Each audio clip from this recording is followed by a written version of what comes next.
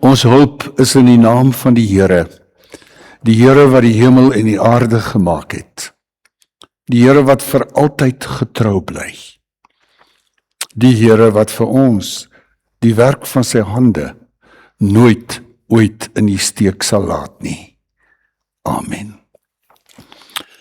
Ek groet jou in die Here se naam, genade vir jou en vrede van God ons Vader en van Jesus ons wonderlike Here.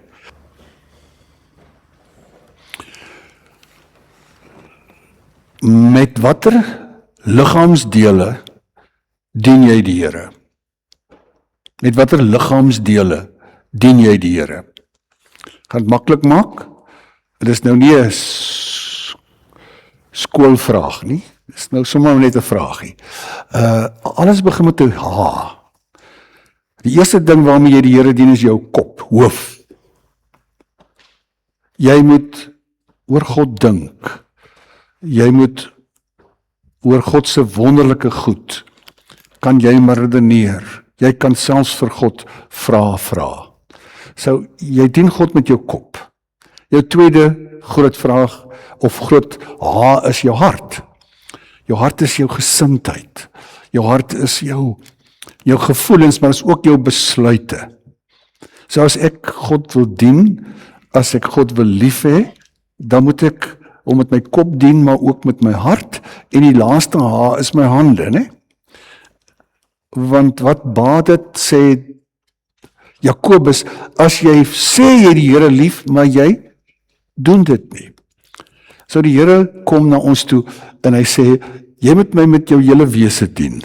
En weet jy, dit kry dit so mooi, wanneer iemand vir Jesus vra, en ek lees dit uit Markus hoofstuk 12, vanaf vers 28, die skrifgeleerdes vra vir hom, Here, daar's nou 10 gebooie, en die fariseërs en die skrifgeleerdes het dit in honderde klein moetsymoenetjies opgebreek. Maar dis so baie, maak ons so die mekaar, wat is die, kan ek maar die Engelse woord gebruik, bottom line? Wat is die bottom line?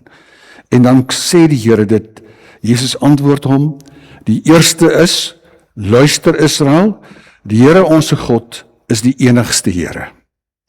En daarom moet jy die Here jou God lief hê met jou hele hart, jou hele siel, jou hele verstand en met al jou krag. Hierdie wonderlike gebod sê vir ons dat die fondament van dit wat ons beleef is God se liefde vir ons.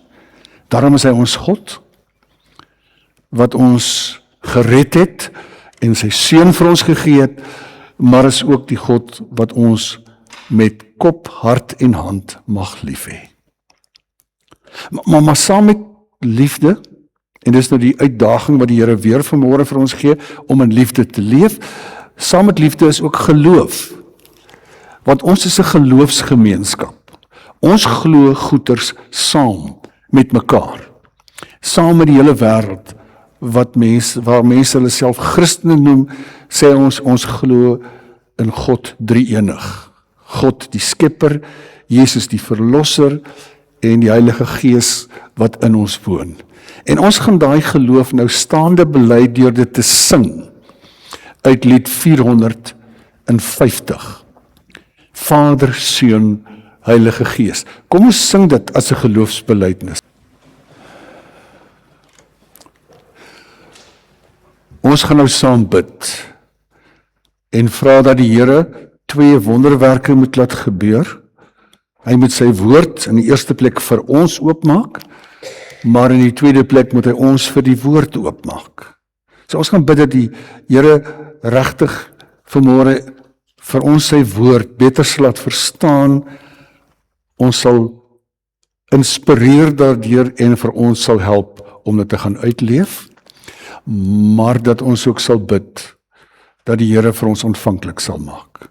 En terwyl ons so sit na gebid is, sing ons saam die pragtige lied 163, soos 'n wildsbok, al 2 verse, waar ons sê, maar ons wil soos 'n wildsbok, wat na die water smag ons na die lewende water. Kom ons sit so en bid ons saam. Hemelvader, baie dankie dat ons vanmôre saam met Christene oor die hele wêreld U kan aanbid. Voor U kan buig. U kan bely as ons God, ons verlosser, die een deur wie, uit wie en tot U alle dinge is.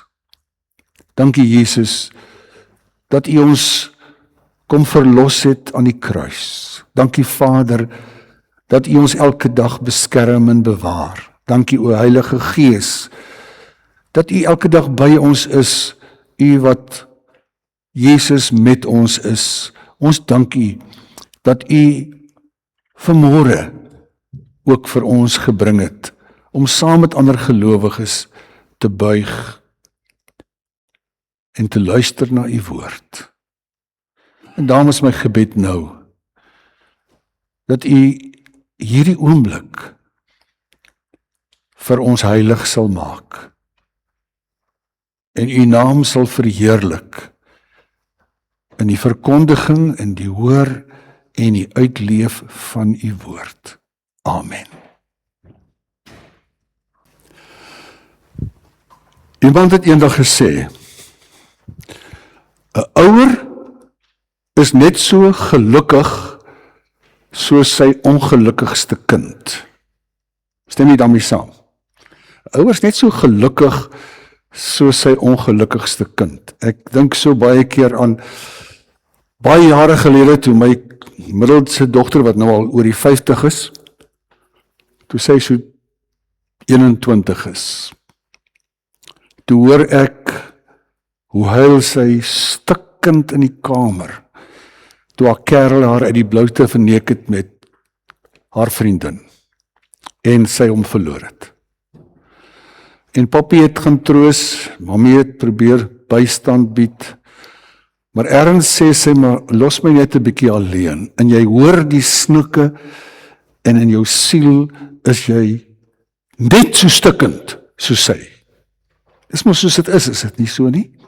Jy is so ongelukkig, of so gelukkig, soos jou ongelukkigste kind.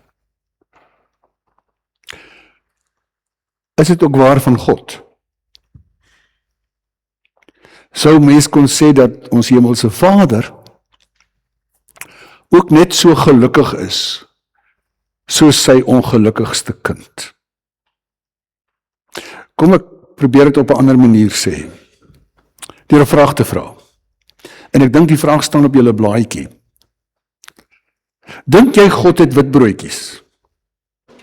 Oorgesê synde, dink jy God is lief vir almal eweveel? Die wat ja sê maak so? Die wat nee sê maak so? Ek het vir jou goeie en slegte nuus. Wat wil jy eers hoor? God is nie lief vir alle mense nie, ewe lief nie. Jy geweet, hy is nie lief vir alle mense eweveel nie. Hy het 3 witbroodjies. God het 3 witbroodjies. En ek en jy moet vanmôre vir onsself baie duidelik maak, is ek een van daai 3 witbroodjies? Want God trek hulle voor. Hy gee spesiale aandag aan hulle. God is so gelukkig of ongelukkig soos daai 3. Wil jy weet wat is daai 3? Eerste een is God se witbroodjies is in al 3 begin met 'n S, net om dit maklik te maak. Al 3 begin met 'n S. Die eerste witbroodjie wat God het, is sukkelaars. Sukkelaars. Daar's mos nou hierdie ding in die wêreld wat van Amerika af oorgewaai het, waar hulle sê welvaartsteologie, health, wealth and prosperity. Alles moet met jou goed gaan as jy 'n Christen is, wat natuurlik nie waar is nie. Waar moet dit met jou goed gaan? Hierso. Nie hierso nie, nie hier nie. Hierso moet dit goed gaan met my. Maar God se eerste witsbroodjie is die mense wat sukkel. En ek wil julle klaar klomp vir jou noem. Die eerste klomp is mense wat siek is, en wat kwale het, en wat probleme het. God se hart bloei, as sy kinders se harte bloei. God pyn, as jy pyn. God, sy eerste witbroodjie is sukkelaars. Ek dink aan die man by die bad van Bethesda. Hoe lank was hy siek? Hy is lam. Hy het seker so met 'n kruk of iets probeer loop. 38 jaar lank was hy siek. In daai tyd, as jy dink, hulle het maar so 50 jaar geleef. So hy was dalk so gebore. En nou lê hy by die bad van Bethesda, ons weet nie hoe lank hy daar gelê het nie, maar hy wag nou dat die water roer. Dit is nou 'n borrelende fontein gewees. En hulle het geglo dat as jy eerste in die water kom, sal jy gesond word. Maar hy kan nooit eerste kom nie, want hy kan nie opkom en betyds daar te kom nie. En almal kyk hom mis, tot op 'n dag, dat daar 'n skaduwee oor hom val. En die persoon in die naam van Jesus vra vir hom, wil jy gesond word? En hy sê, maar meneer, dis mos nou voor die hand liggend, soos wat ons deesdae sê, dis mos obvious. Maar ek kan nie betyds daar kom nie. En dan ontferm die Here hom, Jesus hom, oor 'n man wat 'n sukkelaar is, omdat hy sy lyf gebroke is. En God huil as mense huil. En God voel die pyn as mense swaar kry. God se eerste witbroodjie is sukkelaars. Die blinde man by Jerigo.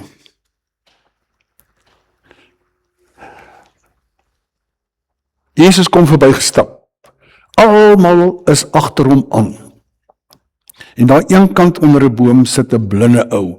En hy hoor net die lawaai, maar hy hoor 'n opgewondenheid en hy vra vir iemand, wat wees dit? Hulle sê Jesus van Nasaret.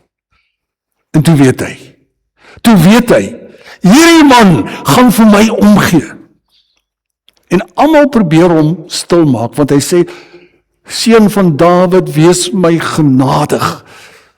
En almal sê vir hom, sst, die meester is besig. Dis belangrike mense om hom.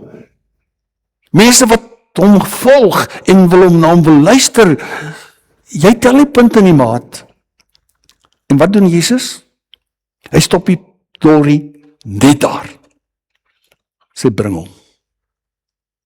Want God gee om vir sukkelaars. Sukkelaars vir al mense wat ook fisies swaar kry. En nou wil ek die laaste voorbeeld noem. Julle weet van die vrou wat aan bloedvloeiing gely het. Nee? Dit was daai tyd van die maand, heel jaar. Nooit opgehou nie. Julle sal weet, vrouens, hoe erg dit moet wees. En daar staan, sy het haar laaste geldjies aan dokters uitgegee en niks kon help nie. En sy sê, as ek maar net aan sy klere kan raak. En toe sy dit doen, toe stop Jesus, en nou daar's 'n gedrang van mense om hom. En hy sê, iemand het aan my geraak. En sy disippels sê, maar, hallo Here, kyk op baie mense as jy hulle stamp en stoot. Hy sê, nee, het iemand aan my geraak, doelbewus, omdat sy my nodig het. En hy stop als, en hy draai om, en hy gee vir daai vrou verlossing. Want God is 'n God vir sukkelaars. En van haar gepraat. Die ander groep sukkelaars van daai tyd, en nou moet julle mooi verstaan, ons praat van daai tyd, was vroumense. Ek bedoel, daar was gebed wat party mans gebid het, Here, baie dankie dat ek nie 'n slaaf, 'n hond of 'n vrou is nie. Is dit nie pateties nie? En baie mans van daai tyd het so gedink, behalwe wie? Jesus. Wie was die eerste persoon wat hom gesien het na sy opstanding? Maria Magdalena, 'n vrou. Sy was die eerste ene. En ek wil vir julle lees, wat ek ook op die blaadjie gesit het, in Matteus hoofstuk 15 vanaf vers 22. Nog 'n vrou. En hierdie is nogal nie 'n Joodse vrou nie. Dis nie 'n Joodse vrou nie. Sy het nie aanspraak op hierdie rabbi uit die Jodendom nie. En daar staan 'n Kanaanitiese vrou, het onverwags by Jesus aangekom. Sy het aanhoudend geroep, ontferm U oor my, Here, seun van Dawid. My dogter is in die mag van 'n bose gees en dit gaan sleg met haar. Jesus antwoord haar, hoor nou hoe toets sy haar. Ek is net na die verlore skape van die volk Israel toegestuur. En sy antwoord, maar die vrou kom kniel voor hom en sê, Here, help my. Hy sê vir haar, dis nie mooi om die, nou toets sy haar weer 'n keer, né? Dit is nie mooi om die kinders se broodjies te vat en vir die hondjies te gooi nie. Nou destyds het die Jode die nie-Jode, die heidene honde genoem. Dis waar, Here, sê sy. En nou weet jy wat sy antwoord, né? Dis 'n ou wonderlike bekende gedeelte. Dis waar, Here, sê sy, maar die hondjies eet darm van die krummels wat van hulle baas se tafels afval. Mevrou, sê Jesus vir haar, jou geloof is groot en jou wens word vervul. Van daardie oomblik af was die dogter gesond. God, Jesus, gee om vir sukkelaars, vir mense wat siek is en kwale het, maar ook vir vroumense van daai tyd. God diskrimineer nie op grond van geslag, ras, godsdiens, afkoms nie. God is 'n God wat vir alle sukkelaars. En in die laaste sukkelaar vrou is die, en dis ook 'n baie bekende gedeelte, dis die vrou by die put. Nee, in Johannes 4. Hier kom 'n vrou met 'n reputasie. Sy is nie net 'n gewone vrou nie, sy is 'n slegte meisie. En die hele dorp weet dit. En sy kom water by die put haal op 'n tyd waar daar nie ander vrouens is nie, want sy wil nie nog meer op neergesien en beskimp word nie. En hier sit 'n man. 'n Joodse, 'n man, né? 'n man praat nie daardie tyd ongevraagd met 'n vrou. Veral nie alleen nie. Laat staan nog 'n vrou met 'n reputasie. Sy sou, dink ek, vir haarself kon sê, ek is 'n morele sukkelaar. Ek is sosiaal uitgeworpe. Maar is my eie skuld. En as Jesus dan vir haar sê, maar ek gaan vir jou die lewende water gee. Vergifnis, genade, aanvaarding. Ek gaan jou as my wit broodjie hanteer. Hol sy terug dorp toe, daar staan dat sy haar waterkan net daar gelos het. Hol terug dorp toe en sê, ek het iemand ontmoet. Ek het iemand ontmoet, is dit nie miskien hy wat sou kom nie? Ek gaan terugkom nou na daai laaste ding toe. Maar verstaan nie, Jesus het wit broodjies. En dis sukkelaars. En kom ons noem nog so 'n paar uitgeworpenes van daai tyd, sosiaal uitgeworpenes, melaatses. Ek wil 10 melaatses kom na hom toe en hy genees hulle. Maar daar's 'n ander storie, en ek het dit nog nie hier neergeskryf waar dit staan nie, van een melaatse wat na Jesus gekom het, en hoor nou, wat doen Jesus? Jy vat nie aan 'n melaatse nie. Hy's aansteeklik. Dit was, in daai tyd moes hulle buite die dorp bly, en as hulle naby kom, moes hulle kliphard skree en selfs 'n klok lui om te sê, ek is melaats, bly weg. En wat doen ons Here? Hy hug hom. Hy sit sy arms om hom. Hy stel sy gesondheid en sy reputasie op die spel. Omdat die Jesus wat ons dien, het 'n sagte hart. Hy is so gelukkig soos sy ongelukkigste mens. En as hy hierdie ongelukkige mens sien, dan bloei sy hart vir hom. Dis die wonderlike Jesus wat ons ken. En ek verwys terug weer na die Kanaanitiese vrou toe, wat ook 'n vrou was, waaraan mans nie mag vat nie, want sy was onrein. En tog doen hy dit. Tog laat hy dit toe. Omdat die God wat ons dien, nie witbroodjies het, wat dit verdien om witbroodjies te wees nie, juis die, kan ek weer die Engelse woord gebruik, die underdogs, die swaarkryers, die verworpenes. God het 'n sagte hart vir sulke mense. Maar daar's nou 'n tweede groep, tweede is, die eerste is sukkelaars, nee, is. Wat is God se eerste klomp witbroodjies? Sukkelaars. Die tweede een is, en ek dink jy kan draai, sondaars. Sondaars. Ek dink aan die vrou in Johannes hoofstuk 8, wat in oorspel betrap was, en hulle kom en toets Jesus, en hulle sê, maar sy moet met klippe doodgegooi word. En wat sê Jesus? Na hy in die grond geskryf het, staan hy op, te sê, laat daai persoon nie van julle hierso, wat sonder sonde is, eerste klip gooi, en loop almal weg.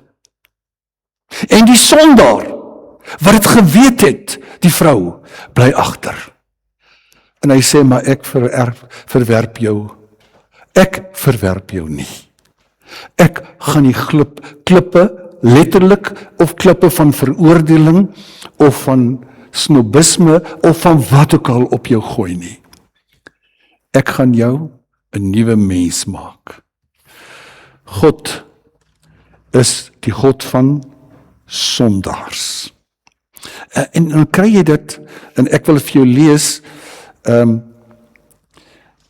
en dit staan in, hier sê, dit staan in Markus hoofstuk 2, vanaf vers 14. Jesus het weer na die see toe gegaan, en 'n hele menigte mense het na hom toe gekom, en hy het hulle geleer. En toe hy by die tolhuis verbygaan, sien hy vir Levi, die seun van Alfeus, daar sit, en hy sê vir hom, volg my. Levi het opgestaan en hom gevolg. Daarna het Jesus in Levi se huis gegaan, en saam met hulle hom gaan eet. Baie tollenaars en sondaars. Nou julle kan onthou in die Bybel, tollenaars en sondaars word gereeld in een asem genoem. Die tollenaars was ouens wat openlik korrupsie gepleeg het. Hulle hande was konstant so. En hulle was gehaat, omdat hulle vir die owerheid gewerk het, die Romeinse owerheid, en openlik hulle eie mense beroof het. En dan word hulle en sondaars in dieselfde asem genoem. En baie tollenaars en sondaars het saam met hom en sy disippels aan die tafel gaan sit, want daar was baie van hulle wat hom gevolg het. En toe die skrifgeleerdes onder die fariseërs sien, dat hy saam met sondaars en tollenaars eet, het hy vir sy disippels gesê, waarom eet hy saam met tollenaars en sondaars? Jesus het dit gehoor. Terloops, hulle sê seker as jy vir die fariseërs gevra het Jesus witbroodjies? Het God witbroodjies? So gesê, o ja, dis wie? Dis ons. Want ons leef so en so en so. Nie Jesus nie. Hy sê, my eerste witbroodjie is sukkelaars. Die tweede een is sondaars. Jesus het gehoor wat hulle sê. En hy antwoord hulle, die wat gesond is, het nie 'n dokter nodig nie, maar die wat siek is. Mense sou dit anders ook kon vertaal. En mense wat dink dat hulle gesond is, het nie die dokter nodig nie. Ek het nie gekom om mense te roep wat op die regte pad is nie, maar om sondaars te roep. Broers en susters, God is lief vir sondaars. Vir slegte mense. Mense wat droog maak. Mense wat hulle rug op hom draai. Mense wat nie die woord van God respekteer nie. Ek weet nie hoe dit werk nie, maar dit is asof die Here sê, my hart bloei vir hulle, want hulle weet nie wat hulle mis nie. Ek is lief vir sukkelaars en sondaars. En dan dink ek aan die ou by die kruis. Langs die kruis op Golgotha hang daar 'n ou wat verdien het om te sterf, te dood veroordeel. En nou loop die storie nou so, dat hy gaan dood en hy kom daar bo en die engel by die poort sê vir hom, "Skus meneer, maar wat maak jy hier?" Hy sê, "Ek weet nie." Hy sê, "Jy weet as die hemel die." Okay. Hy sê, maar hoe kom jy hier? Ek weet nie. Hy sê, wag, ek sal die supervisor engel gaan roep hy hom. Sê, as jy lidmaat van 'n kerk, hy sê, kerk, wat is 'n kerk? Ken jy die Onse Vader? Hy sê, ek het nog nooit gebid nie. Weet jy van genade en verlossing? Nog nooit daarvan gehoor nie. Hy sê, maar hoekom dink jy kan hier inkom? En dan kom die antwoord. Die man aan die middelkruis het gesê, ek kan kom. Die man aan die middelkruis het gesê, ek kan kom. En vriende en dierbares, dis die Here wat ons dien.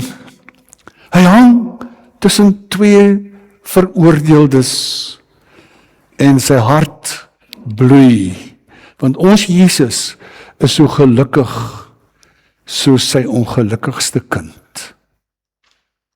En hy nooi hom en hy sê, vandag sal jy saam met my in die paradys wees. God het witbroodjies, sukkelaars, sondaars. En die laaste een gaan ek baie kort maak. En dit is, die derde S is suigelinge. Ek moes nou kinders kry wat met 'n S begin, en die naaste is suigelinge. En nou weet jy dit. Ek gaan het weer vir jou lees hierso. Markus hoofstuk 10 vanaf vers 13 tot 17. Die mense het kindertjies na Jesus toe gebring dat hy hulle moes aanraak. Sy disippels het die mense daar oor kort gevat en met hulle geraas, maar toe Jesus het sien, was hy kwaad. Hy was verontwaardig en hy sê vir hulle, laat die kindertjies los. Laat hulle na my toe kom. En moenie vir hulle keer nie. Want die koninkryk van God is vir mense soos hulle. Dit verseker ek julle, wie die koninkryk van God nie soos 'n kindjie ontvang nie, sal nooit daarin gaan nie. En hier kom die belangrike sin. Hy het sy arms om die kindertjies gesit. Het hulle die hande opgelê en hulle geseën. God se witbroodjies is in die derde plek suigelinge. Nou vandag klink dit vir ons so logies, nê? Maar in daai tyd het kinders nie punte getel nie. Jy weet, ek is nog groot gemaak, miskien baie van julle ook, met kinders moet gesien word, maar nie gehoor word nie. En die disippels het dit ook geglo. En Jesus maak hulle stil, hy sê, nee, kom, laat hulle op my, en hy tel hulle op sy skoot. Dis die Here wat ons dien. God gee om vir sukkelaars, sondaars en suigelinge.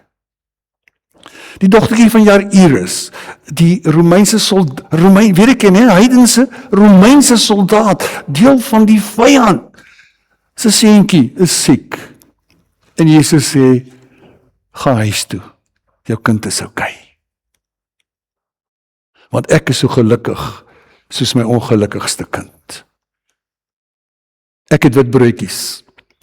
En sukkelaars, sondaars en suigelinge is my voorkeurmense.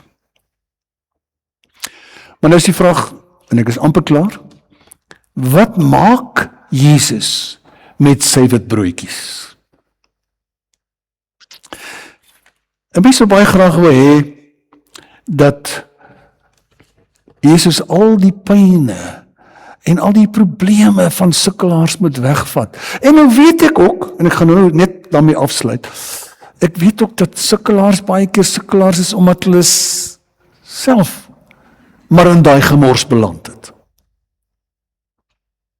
Maar nou is die vraag dit, is die grootste kere wat ek in die moeilikheid kom, wat se moeilikheid ook al, is dit nie ook maar my eie skuld baie keer nie. En mense, ek, Barry, kan veroordelend staan, maar hy nie. Hy vra nie, hoekom is jy nie gemors nie? Hy wil my daaruit help, maar hy wil my veral uithelp, deur vir my 'n lewe van sin en betekenis en genade en vergifnis te gee. Hy wil vir my 'n bemagtigde sukkelaar maak. En omdat ek aan God behoort,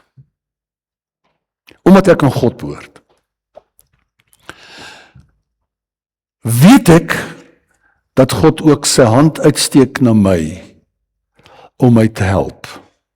Ek wil gou 'n storie vertel, en dit het nou nie direk hiermee te doen nie, maar indirek wel. Jare gelede in Natal het ek by 'n predikantekonferensie, was daar 'n professor de Klerk, wat oor barmhartigheid gepraat het, né? Barmhartigheid is om mense te help wat sukkelaars is. En daar staan een dominee op, hy sê, maar dominee, professor, is alles goed en wel, maar hulle maak van 'n mens misbruik. Hy sê, ons gee vir 'n, ons is jare gelede, ons gee vir 'n vrou R100, en toe was dit baie geld.